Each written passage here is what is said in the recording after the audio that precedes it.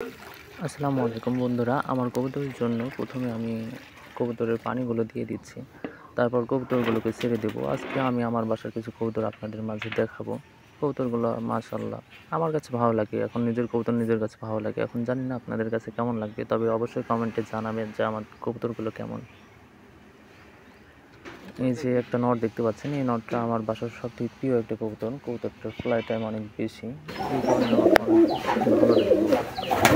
বাদ বাকি কবুতরগুলো হচ্ছে বেশি কবুতর না, শীতের মধ্যে কবুতরগুলো নষ্ট হয়ে যায়।